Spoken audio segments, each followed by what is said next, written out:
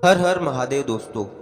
आज हम आपको एक ऐसी कथा का श्रवण कराने जा रहे हैं जो सुनने मात्र से आपके जीवन में सुख संपत्ति और धन की वर्षा होगी। तो चलिए कथा को प्रारंभ करते हैं। भगवान शिव माता पार्वती से कहते हैं, यह तीन बातें कभी भी किसी को नहीं बताना चाहिए। जो मानव यह तीनों बातें नहीं बताते हैं वो इंसान कभी भी गरीब नहीं रहेगा। फिर माता पार्वती कहती है, हे प्राणनाथ, वो कौन सी तीन बातें हैं जिसे जान लेने से इंसान को कभी भी दुखों का सामना नहीं करना पड़ेगा। फिर भगवान शिव कहते हैं, हे देवी, आज मैं पृथ्वीलोक पर एक सन्यासी का रूप धारण करके यह तीन बातें बताने जा रहा हूँ।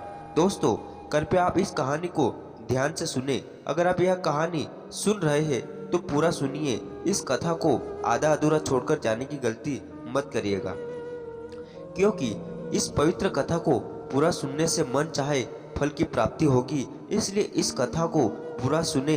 और आप अगर शिव भक्त है तो भोलेनाथ का अनादर ना करें। दोस्तों, प्राचीन समय की बात है।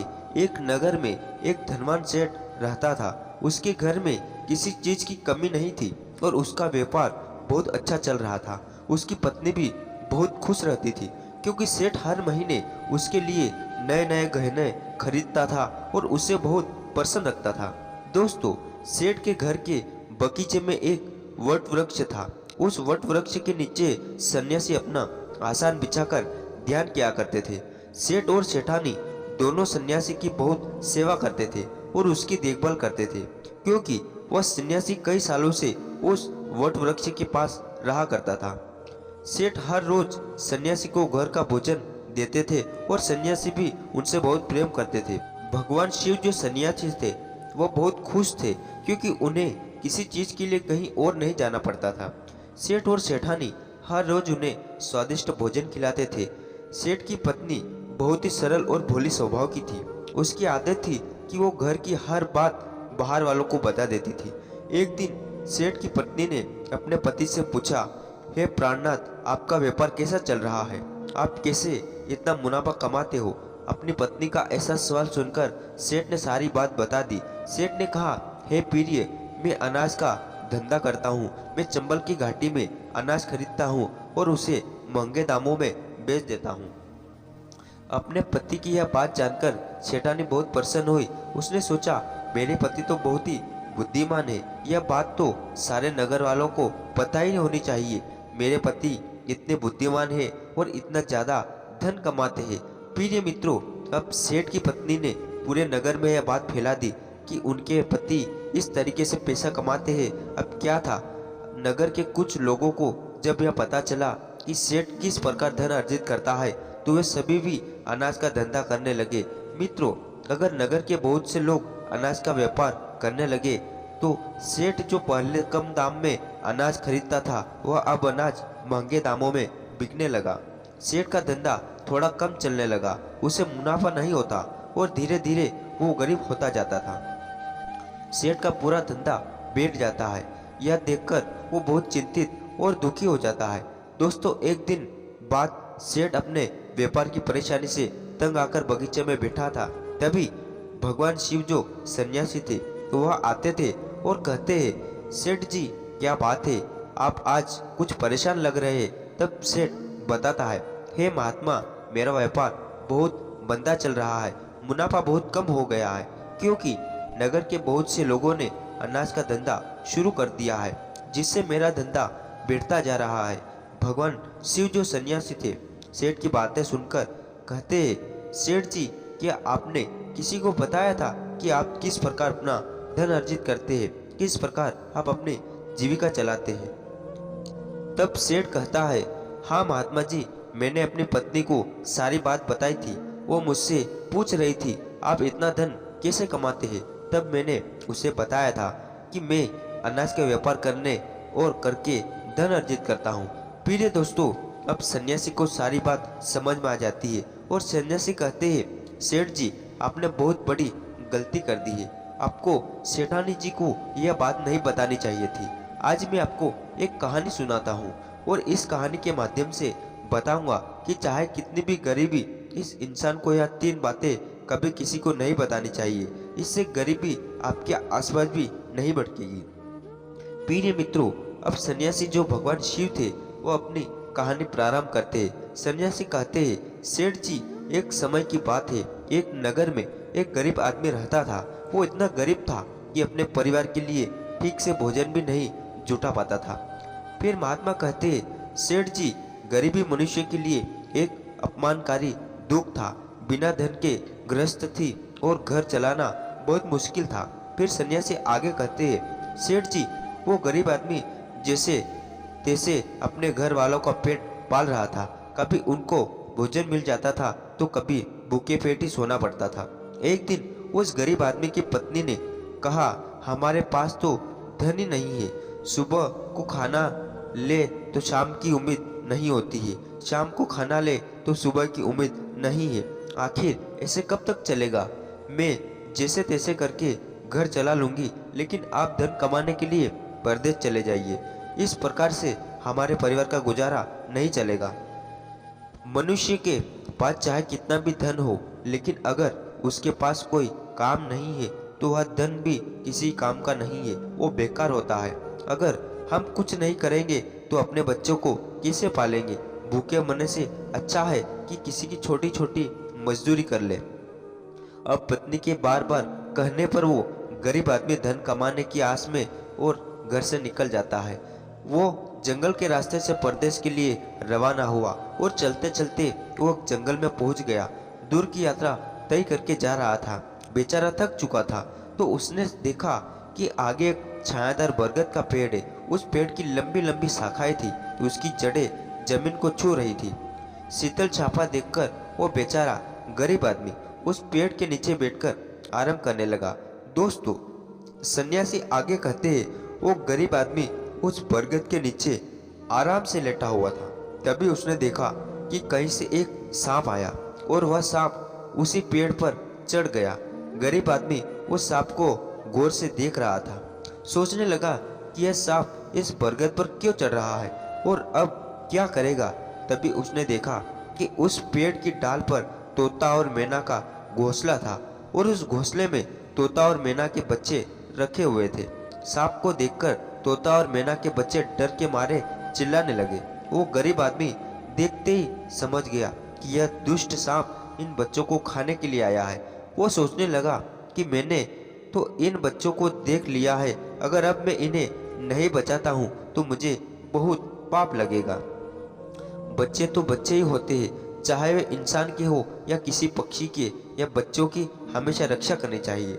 उधर सर्प उन बच्चों के पास पहुंच जाता है। तभी वह गरीब आदमी उठता है और फटाफट बरगद के पेड़ पर चढ़ जाता है। उसने उस सर्प को मार गिराया और नीचे फेंक दिया।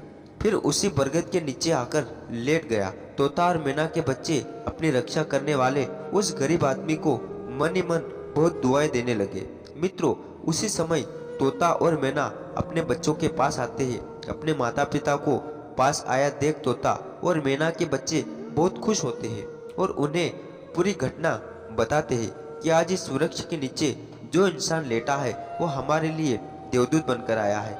हमें खाने के लिए एक भयंकर सर आया था और उसी इंसान ने इस भयानक सर्प को मारकर हमें प्राण बचाए। हम इसके क्षणी हो गए हैं। अगर यह इंसान उस सर्प को नहीं मारता तो आज हम घोंसले में जीवित नहीं होते। इसका हम पर बड़ा एहसान हो गया है। अपने बच्चे के मुख से उस मुसाफिर की प्रशंसा सुनकर तोता और मैना बहुत खुश होते हैं और तोता और मैना उस गरीब आदमी के पास जाते हैं और कहते हैं, हे मनुष्य, तुमने आज हमारे बच्चों की जान बचाकर हमें अपना क्षणिक बना लिया है। आप कौन हो और कहाँ जा रहे हो? तोता और मैना के लिए पूछने पर वो गरीब आदमी कहता है, हे पक्षियों, मैं एक गरीब आदमी हूँ और धन कमाने के लिए परदेश जा रहा था। सफर का थका रहा था और इस बरगद की छाया में बैठकर आराम करने लगा। तभी मैंने देखा कि एक दुष्ट सर्प तुम्हारे बच्चे को खाने के लिए तुम्हारे घोंसले के पास जा रहा था और मैंने उसे मार गिराया। और फिर तोता और मैना बोले, बोलो भाई, तुमने हम पर बहुत बड़ा उपहार किया है। संसार में सबसे बड़ी खुशी बच्चों से होती है और बच्चों से अधिक प्रिय तो किसी को कोई नहीं होता। आप भी तो धन कमाने अपने बच्चों के लिए जा रहे हैं और अब आपने हमारे बच्चों की जान बचाई है। तो हम आपके बच्चों की भूख मिटाना चाहते। तब उन्होंने बताया कि हम दोनों तोता और मैना नाम के पक्षी हैं। हम हमेशा कीमती मोती खाते हैं और हमने सुना है कि यह मोती मनुष्य के लिए बहुत मूल्यवान होते हैं। हम तुम्हें कुछ मोती देते हैं, तुम उन्हें बेचकर बाजार से कुछ खाने पीने का सामान ले आओ और आज से तुम यहीं रहकर हमारे बच्चों की देखभाल करते रहना और हम तुम्हें इसी तरह से रोज यह कीमती मोती लाकर देते रहेंगे। तोता और मैना की यह बात सुनकर वो गरीब आदमी खुश होकर सोचता है कि अगर हमें यह धनी मिलेगा तो हम बाहर क्यों जाएंगे। प्रिय भक्तों, सन्यासी आगे कहते हैं कि सेठ जी वो गरीब आदमी तोता से कुछ मोती लेकर बाजार गया और अपने खाने पीने का सामान खरीद लाया। उस वृक्ष के नीचे उसने एक झोपड़ी बना ली और वहीं रहने लगा और तोता और मैना के बच्चों की देखभाल करने लगा। अब तोता और मैना निश्चित हो गई क्योंकि उन्हें उनके बच्चों की रक्षा करने वाला मिल गया था। अब वे चिंतित होकर भोजन के लिए सुबह अपने घोंसले से उड़कर जाते थे और शाम को लौट कर आते थे। अपने बच्चों को घोंसले में सुरक्षित देखकर वे बहुत खुश होते थे और उस गरीब आदमी का धन्यवाद करते थे और उसे कुछ मोती लाकर दे देते थे। इस तरह से धीरे धीरे तोता और मैना की नौकरी करते हुए उस गरीब व्यक्ति को 2 महीने बीत गए थे। इधर तोता और मैना के बच्चे भी बड़े हो गए। अब उस गरीब आदमी को अपनी पत्नी और बच्चे की याद आने लगी। एक दिन उसने तोता और मैना से कहा कि हम अपने घर जाना चाहते हैं, पता नहीं हमारी पत्नी और बच्चे कैसे हैं। तब तोता और मैना बोले, हे भाई, अब तुम निश्चित होकर अपने घर जाओ और अपने बच्चों के साथ रहो। हमारे बच्चों भी अब उड़ने के काबिल हो गए और अब हम उन्हें कोई भय नहीं है। तुम अपनी पत्नी और बच्चों को देखो। अगर कभी तुम्हें हमसे मिलने का मन हो तो इसी स्थान पर आ जाना। दोस्तों, इतना कहकर तोता और मैना उस गरीब आदमी को ढेर सारे मोती दे देते हैं। अब वो गरीब व्यक्ति उन मोतियों को अपने साथ लेकर अपने घर पहुंचता है। उसने वो मोती अपनी पत्नी को दिखाए तो उसकी पत्नी बहुत प्रसन्न हुई और उसने पूछा, पतिदेव, तुम यह कीमती मोती कहाँ से लेकर आए हो। तब उस आदमी ने बताया कि ये मैं बीते 2 महीने से एक तोता और मैना की नौकरी कर रहा था। उन्हीं ने मुझे यह कीमती मोती दिए हैं। यह मोती बहुत ही कीमती और अनमोल है। इन्हें बेचकर हम अपना घर और बड़ा बनवाएंगे, अपने बच्चों को अच्छे वस्त्र लाकर देंगे और तुम्हारे लिए नए नए गहने पहनाएंगे। फिर प्रिय मित्रों, भक्तों और भगवान शिव सन्यासी रूप में कहते हैं, सेठ जी, अब वो आदमी उन मोतियों को बेचकर बाजार से अपने घर का सारा जरूरी सामान ले आया और अपना घर नया बनवाने लगा। अब वो आराम की जिंदगी जीने लगा। दोस्तों, तभी कुछ समय बाद उस नगर के राजा प्रताप सिंह ने एक अजीब रोग से ग्रसित होकर नगर में दूर दूर से बड़े बड़े वैद्य राजा को देखने आए और अपने अपने तरीके से इलाज शुरू कर दिया, लेकिन राजा के स्वास्थ्य में कोई सुधार नहीं हुआ। जब किसी के इलाज से राजा ठीक नहीं हुए तो एक वैद्य ने राजा से कहा, महाराज, आपकी जिंदगी बच सकती है अगर आपको तोते के बच्चों का मांस मिल जाए तो वो आप हमेशा के लिए ठीक हो जाएंगे। इस प्रकार वेद की बात सुनकर राजा प्रताप सिंह ने अपने राज्य में घोषणा करवा दी कि कोई उसे तोता लाकर देगा, उसे सोने के सिक्के दिए जाएंगे। प्रिय भक्तों, धीरे धीरे बात पूरे राज्य में फैल गई। सब लोग तोते की तलाश में इधर उधर लग गए, पर किसी को भी तोता नहीं मिला। एक दिन उसे गरीब आदमी की स्त्री अपने पड़ोस में कुछ स्त्रियों के साथ बैठकर बात कर रही थी। कुछ घर गृहस्थी की बातें हो रही थी और बातों ही बातों में तोते की चर्चा छिड़ गई। एक स्त्री बोली, बहन, क्या तुम पता है कि राजा साहब ने तोते का बच्चा लाने का आदेश दिया है। अब तुम ही बताओ, क्या तोता लाना कोई आसान काम है। जब उस गरीब आदमी की पत्नी ने सुना कि राजा साहब बीमार है और उन्होंने घोषणा की है कि जो कोई उन्हें तोता का बच्चा लाकर देगा उसे सोने के सिक्कों का मालामाल कर देंगे, यह सुनकर उस गरीब आदमी की पत्नी ने कहा, अरे बहनों, तोता लाना कौन सी बड़ी बात है। मेरे पति तो 2 महीने तोता और मैना की नौकरी करके आए हैं। वो एक नहीं तोते ला सकते हैं। इतना कहने के बाद वो घर चली जाती है।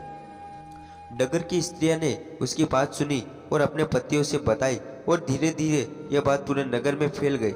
राजा ने भी सुना कि उनके राज्य में एक व्यक्ति है जो तोता और मैना के पास नौकरी करके आया है। राजा ने अपने सैनिकों को आदेश दिया कि उस आदमी को पकड़कर लाए और उससे कहे कि वह एक तोता का बच्चा लाकर दे। राजा ने कहा, इसके बदले हम तुम्हें मुंह मांगा इनाम देंगे। यह सुनकर वह आदमी घबरा गया और बोला, महाराज, आप मेरे प्राण ले लो, पर मैं आपको तोता का बच्चा लाकर नहीं दे सकता। मैंने तो उनकी जान बचाई थी। एक रक्षक भला भक्षक कैसे बन सकता है? उसके इनकार करने पर राजा प्रताप सिंह बहुत नाराज हुए और बोले, अगर तुमने हमारी बात नहीं मानी और तोते का बच्चा लाकर नहीं दिया तो हम तुम्हारी पत्नी और बच्चों को मरवा देंगे। दोस्तों, फिर भगवान शिव रूपी सन्यासी कहते हैं कि मनुष्य सबसे ज्यादा कमजोर तब होता है जब उसके बच्चों की सुरक्षा की बात आती है। ऐसे में वह कुछ भी करने को मजबूर हो जाता है। और राजा की बात सुनकर वो गरीब आदमी बहुत घबरा गया। उसने सोचा कि अब मुझे किसी भी तरह तोते का बच्चा लाकर राजा को देना ही होगा। वो घर आया और अपनी पत्नी को डांटने लगा कि तुमने यह क्या कर दिया? तुमने बिल्कुल भी समझ नहीं है हम क्या करते हैं और कहाँ जाते हैं। तुमने यह बातें नगर की स्त्रियों में क्यों कही? धीरे धीरे यह बात राजा प्रताप सिंह तक पहुंच गई। अब बताओ मैं क्या करूं? जिन तोतों और मैना ने हमें खाने को, भोजन, रहने को, नया घर और पहनने को अच्छे वस्त्र दिए हैं, उनके साथ गद्दारी कैसे कर सकता हूँ? तुमने यह बात उन महिलाओं को बताकर बहुत बड़ी भूल की है। वो व्यक्ति कहता है कि अपने ही घर कुछ बातें दूसरों से कभी नहीं कहनी चाहिए। पहली बात, आपके घर में कितना धन है और आपकी कमाई का स्रोत क्या है, यह बातें कोई दूसरों से कभी नहीं बतानी चाहिए। दूसरी बात, घर में आपसी प्रेम की बातें, पति के प्रेम की बातें बाहर वालों के सामने नहीं करनी चाहिए। तीसरी बात, आपसी लड़ाई, झगड़े, भेदभाव और मान अपमान की बातें कभी दूसरों के सामने नहीं करनी चाहिए, वरना लोग हमारी गुप्त बातें जानकर हमारी कमजोरी की समझकर हमारा फायदा उठाते हैं। चौथी बात, अपनी कमजोरी दूसरों के सामने ना बताए और अपनी उन्नति का राज किसी को ना कोई बताए। जिन बातों के कहने से आपके परिवार पर दुख आ सकता है, वे बातें कभी बाहर नहीं करनी चाहिए। खासकर उन बातों को अपनी स्त्री से ना कहे जिन बातों से घर की मान और प्रतिष्ठा नष्ट होती है। परिवार पर संकट आता हो, किसी की जान जाती हो, परिवार में फूट पड़ती हो या आपके रिश्ते खराब होते हो, क्योंकि कहते हैं कि स्त्रियों के पेट में इस तरह की बातें पचती नहीं। अब वह गरीब आदमी अपने पत्नी से बोला, तुम्हारी यह गलती आज हमारे परिवार को मौत के मुंह में डाल रही है। यदि तुमने इस बात को छुपा लिया होता तो आज हम निर्भर होकर अपने घर में आनंद की जिंदगी जी रहे होते। अब राजा की आज्ञा है तो तोते का बच्चा लाकर राजा को देना ही पड़ेगा, लेकिन ऐसा करने से मैं पापी कहलाऊंगा। जिन बच्चों की मैंने इतने दिन तक देखभाल करी, मैंने मरने से बचाया, अब मैं उन्हें किस प्रकार मौत के मुंह में डाल सकता हूँ? तब उसकी पत्नी बोली, पत्नी कहने लगी, पतिदेव, अब जो भी हो, लेकिन हमें अपने और बच्चे की जिंदगी बचानी है तो आपको यह पाप करना ही पड़ेगा। दोस्तों, अब तो बड़ा लाचार होता है और वो गरीब आदमी जंगल की ओर चल पड़ता है जहाँ वो तोता और मैना के बच्चों की देखभाल करता था। उधर जब तोता और मैना और उनके बच्चों ने उस गरीब आदमी को अपने पास आता देखा तो वो बड़े खुश होने लगे। अपने बच्चों को अत्यंत दुख और खुश देखकर तोता और मैना कहने लगे, अरे बच्चों, तुम इतने खुश क्यों हो रहे हो? वो तो तुमसे किसी एक को लेने आ रहा है। तुम में से कौन है जो आज उसके साथ जाकर उसकी और बच्चों की जान बचाएगा? फिर तोता कहता है कि बच्चों के, लेकिन एक बात याद रखना, तुम में जो भी उसके साथ जाएगा वो कभी लौट कर नहीं आएगा, क्योंकि वो नगर के राजा का भोजन बन जाएगा। फिर ये मित्रों, तब तोता के बच्चों ने पूछा कि आप ऐसा क्यों कह रहे हो? तब तोता बताया कि बच्चों, यह राजा का बीमार पड़ गया है और वेद ने उसे तोता के बच्चों का मांस खाने को कहा है, इसलिए तुम में से किसी को एक को वहाँ लेने के लिए आया है। यदि तुम में से कोई उसके साथ जाने को तैयार है तो वह जा सकता है। तभी उनमें से एक बच्चा कहने लगा, हे माता पिता, उस आदमी ने ही हम सबकी जिंदगी बचाई है और आज हम उस आदमी बहुत बड़ी मुसीबत में है। हम ऐसे में हमें भी उसकी मदद करनी चाहिए, चाहे हमारी जान क्यों न चले जाए, लेकिन हम उसके साथ जरूर जाएंगे। इधर वो आदमी उस बरगद के वृक्ष के नीचे आता है और तोता मैना से अपना दुख बताता है।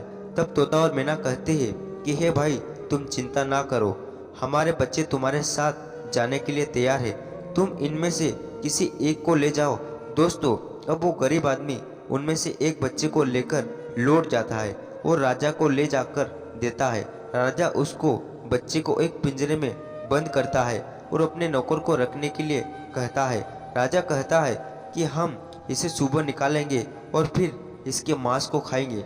दोस्तों, अब जब क्या होता है कि राजा प्रताप सिंह का एक बेटा था जो पशु पक्षियों से बहुत प्रेम करता था। उसे यह नहीं पता था कि यह तोता उसके पिता के खाने के लिए लाया गया है। वो अपने मित्रों के साथ उसी जगह पर खेल रहा था जहाँ तोते का बच्चा पिंजरे में था। राजकुमार ने जब एक सुंदर तोते को पिंजरे में बंद के देखा तो उसके साथ खेलने लगा। तभी राजकुमार एक मित्र कहता है कि हे मित्र, तुम इस पक्षी को बाहर निकालो, यह कितना सुंदर तोता है। पिंजरे में इसका रहना बिल्कुल सही नहीं है, हम इसे आज़ाद कर देते हैं। अपने मित्रों की बात सुनने के बाद राजकुमार उस तोते के बच्चे को पिंजरे से बाहर निकाल देता है और जैसे ही वो पिंजरा खोलता है, तोते का बच्चा आकाश में उड़ जाता है। धीरे धीरे यह बात राजा तक पहुंची कि आपके राजकुमार ने उस तोते को छोड़ दिया है और अब आपके प्राण बचाना बड़ा ही मुश्किल है। यह सुनकर राजा को बहुत गुस्सा आया और उन्होंने तुरंत राजकुमार को बुलाया और गुस्से में कहा, अरे नादान पुत्र, तूने उस तोते के बच्चे को क्यों छोड़ दिया?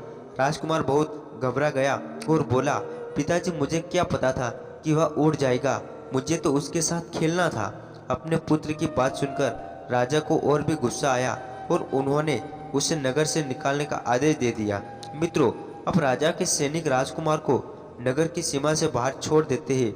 इधर वह तोते का बच्चा उड़कर अपने माता पिता के पास पहुंचता है और उन्हें सारी बात बताता है कि राजा के बेटे ने उसे आजाद कर दिया।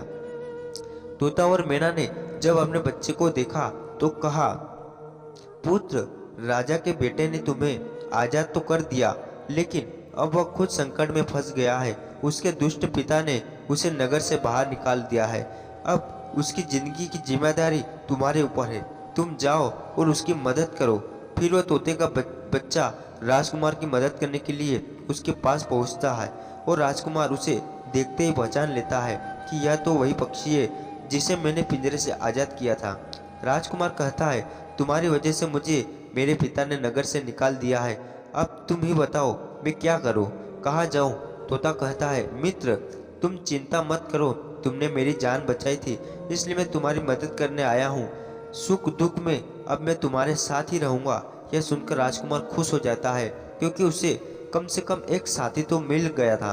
अब वो तोता और राजकुमार दोनों एक दूसरे नगर में घूमने लगते हैं और चलते चलते ये दोनों एक सुंदर बगीचे में पहुंच जाते हैं और उसी बगीचे में वहाँ के राजा की पुत्री भी अपनी सहेलियों के साथ घूमने आया करती थी। उस राज्य के राजा की कन्या का नाम रूपमती था। राजकुमारी रूपमती बहुत ही सुंदर थी और उसकी खूबसूरती की चर्चा पूरे नगर में होती थी। राजकुमार और तोता उस बगीचे में बैठे हुए थे। तभी वह राजा की कन्या रूपमती अपनी सहेलियों के साथ बगीचे में घूमने आती थी। राजकुमारी को देखकर राजकुमार वृक्ष के नीचे पीछे छुप जाता था और तोता राजकुमारी के सामने पहुंच जाता है। राजकुमारी उस सुंदर तोते को देखकर मोहित हो जाती है और वह उसे पकड़ना चाहती है, लेकिन तोता उसकी पकड़ में नहीं आता है और यह राजकुमार राजकुमारी को रूपमती को सुंदरता पर मोहित हो जाता है। कुछ समय बगीचे में टहलने के बाद राजकुमारी अपने महल में लौट जाती है, पर राजकुमार पूरी तरह से राजकुमारी पर मोहित हो गया था। अब तो उसे एक पल भी अच्छा नहीं लग रहा था।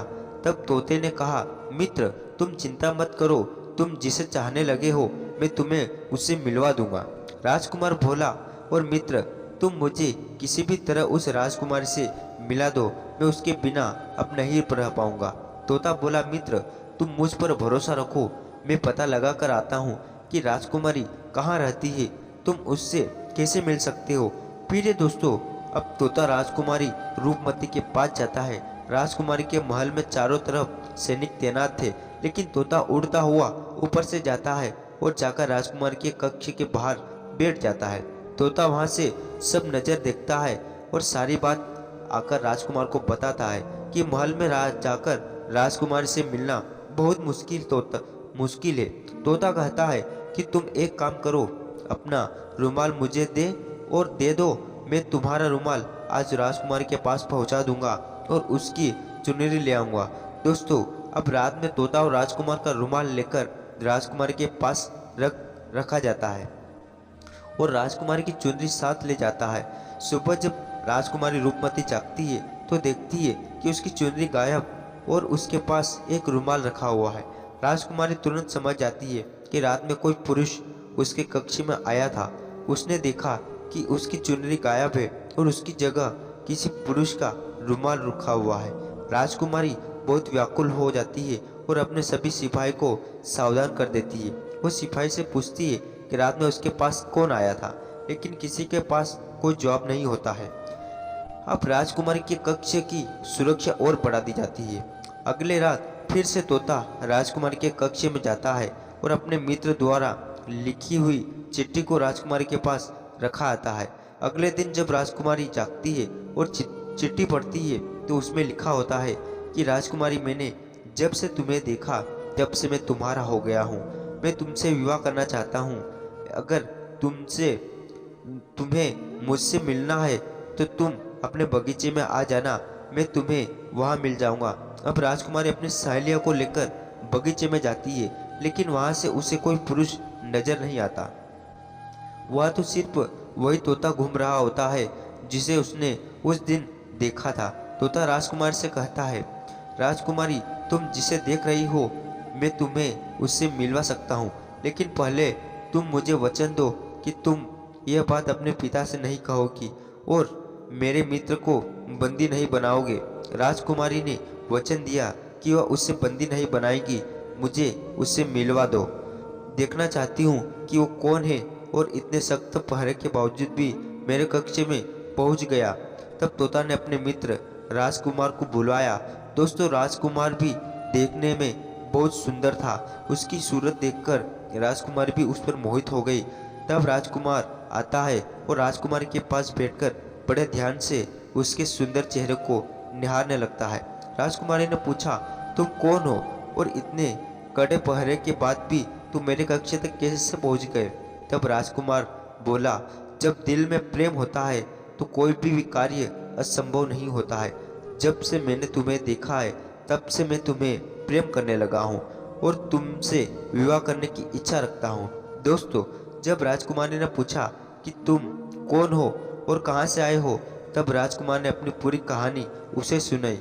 राजकुमारी की कहानी सुनने के बाद राजकुमारी ने मन में उसके लिए सहानुभूति हो गई और तब तो रोजाना राजकुमारी रूपमती उस राजकुमार से मिलने उस बगीचे में आया करती थी। एक दिन राजकुमार ने कहा, राजकुमार, मेरे पिता तुम्हारे साथ मेरा विवाह कभी नहीं करेंगे, इसलिए मैं तुम्हारे साथ भाग चलती हूँ और कहीं दूसरी जगह चलकर हम विवाह कर लेंगे और आनंद पूर्वक रहेंगे। दोस्तों, वही होता है। राजकुमार उस राजकुमारी के साथ घोड़े पर सवार होकर भाग जाता है और काफ़ी दूर चले जाने के बाद वह एक झोपड़ी बनाते हैं और वह विवाह करके दोनों साथ रहने लगते हैं। दोनों को रहते बहुत समय बीत जाता है और वह तोता भी उन्हीं के साथ रहता है। मित्रों, भगवान शिव सन्यासी के रूप में कहते हैं, सेठ जी, एक दिन राजकुमार की झोपड़ी में किसी तरह से आग लग जाती है और उसी आग को बुझाने के चक्कर में उस तोते का पंख जल जाता है। तब तोते ने कहा, देखो मित्र, अब आप अपने घर चले जाइए। अब आपके पिता का गुस्सा भी शांत हो चुका होगा और आपके पिता आपसे कुछ नहीं कहेंगे। जब वह आपको अपनी बहू के साथ देखेंगे तो वह आपको माफ़ कर देंगे। मेरा तो एक पंख जल गया है, मैं अब उड़ भी नहीं सकता, इसलिए मैं कुछ दिन तक यहीं रहकर अपने नए पंख उगने का इंतज़ार करता हूँ। जब मेरा पंख दोबारा उग जाएगा तो मैं आपसे मिलने के लिए जरूर आऊँगा। इस प्रकार से वह दोनों राजकुमार और उसकी पत्नी अपने नगर के लिए चल देते हैं। चलते चलते रास्ते में एक नदी पड़ती है। उस नदी पर एक नाविक नाव चलाता था।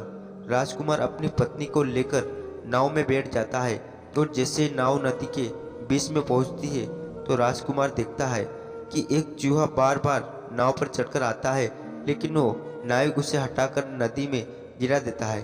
कई बार उसे चूहे को नाविक हटा देता है। तब राजकुमार कहने लगा, अरे यह बेचारा इस प्रकार से जल में डूब मर जाएगा। यह अपने प्राणों की रक्षा करने के लिए इस नाव में चढ़ रहा है, उसे चढ़ने दो, जाने दो। राजकुमार ने नाविक से कहा कि आप इस चूहे को चढ़ जाने दो। राजकुमार के कहने पर नाविक ने उस चूहे को अपनी नाव पर चढ़ा जाने दिया। जैसे ही चूहा नाव के अंदर गया, वो अंदर जाकर छुप गया और थोड़ी देर बाद उन्होंने देखा कि नाव के अंदर धीरे धीरे पानी आने लगा, क्योंकि चूहे ने नाव को काटकर उसमें छेद कर दिया था, जिससे नाव में पानी भरने लगा। जब नाव में पानी बढ़ने लगा तो नाव पानी में डूबने लगी और धीरे धीरे जब नाव पूरी तरह डूब गई तो उसी समय राजकुमारी और राजकुमार पानी में बहने लगे। पानी के बहाव से राजकुमार बहुत दूर पहुंच गया और राजकुमारी रूपमती भी उसी पानी में बहती हुई राजा के बगीचे में जा पहुंची। बगीचे में रहने वाला मालिक जब राजकुमारी को बेहोश अवस्था में नदी के किनारे पड़ा देखता है तो वह राजा को खबर देता है। राजा जब सुंदर लड़की को देखता है तो वह उस पर मोहित हो जाता है और सुंदर राजकुमारी को देखकर उसे अपने महल में ले जाता है और राज्य वेग से उसका इलाज करवाता है। फिर कुछ दिन बीतने के बाद जब राजकुमारी ठीक हो जाती है तो एक दिन वह देखती है कि राजा उसके करीब खड़ा है। राजा ने पहले ही राजकुमारी रूपमती के चेहरे को निहार रखा था। अब वो राजकुमारी से विवाह करना चाहता था। राजा कहने लगा, हे राजकुमारी, तुम्हारा इस दुनिया में कोई नहीं है। अब तुम हमारी पत्नी बन जाओ, तुम हमारी रानी बन जाओ और हमारे महलों में बड़े आराम के साथ रहो। तो दोस्तों, आज का वीडियो बस ये समाप्त करते हैं। अगर इसका नेक्स्ट पार्ट देखना है तो हमारे चैनल को सब्सक्राइब करना होगा, तो प्लीज़ जल्दी से चैनल को सब्सक्राइब कर लीजिए और नेक्स्ट पार्ट का इंतज़ार करिए। हर हर महादेव।